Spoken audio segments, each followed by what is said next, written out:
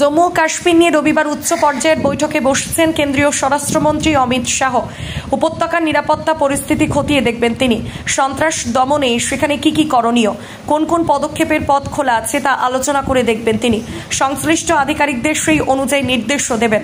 কিছুদিন আগে প্রধানমন্ত্রী নরেন্দ্র মোদী কাশ্মীর নিয়ে একটি বৈঠক করেছিলেন।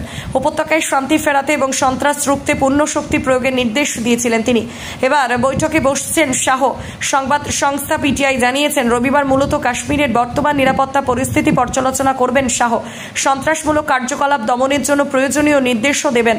যে উচ্চ পর্যায়ের বৈঠক ডাকা হয়েছে সেখানে থাকতে পারেন জাতীয় নিরাপত্তা উপদেষ্টা অজিত ডোভাল, জম্মু ও কাশ্মীরের লেফটেন্যান্ট গভর্নর মনোজ সিং, ভারতীয় সেনা চিফ জেনারেল মনোজ পান্ডে, কেন্দ্রীয় স্বরাষ্ট্র সচিব অজয় ভাল্লা সহ কেন্দ্রীয় প্রশাসন এবং জম্মু ও কাশ্মীরের একাধিক উচ্চপদস্থ কর্তা।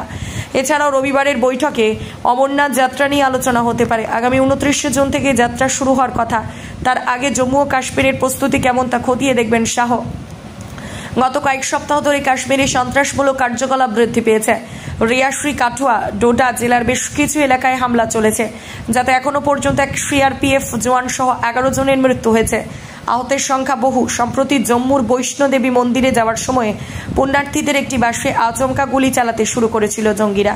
বাসটি পাশের খাদে গড়িয়ে পড়ে যাওয়ার পরেও গুলি থামেনি। এই ঘটনায় মোট 10 জনের মৃত্যু হয়েছে। স্বল্প ব্যবধানে অনেকগুলি হামলার পর কাশ্মীর নিয়ে তৎপর কেন্দ্রীয় সরকারও।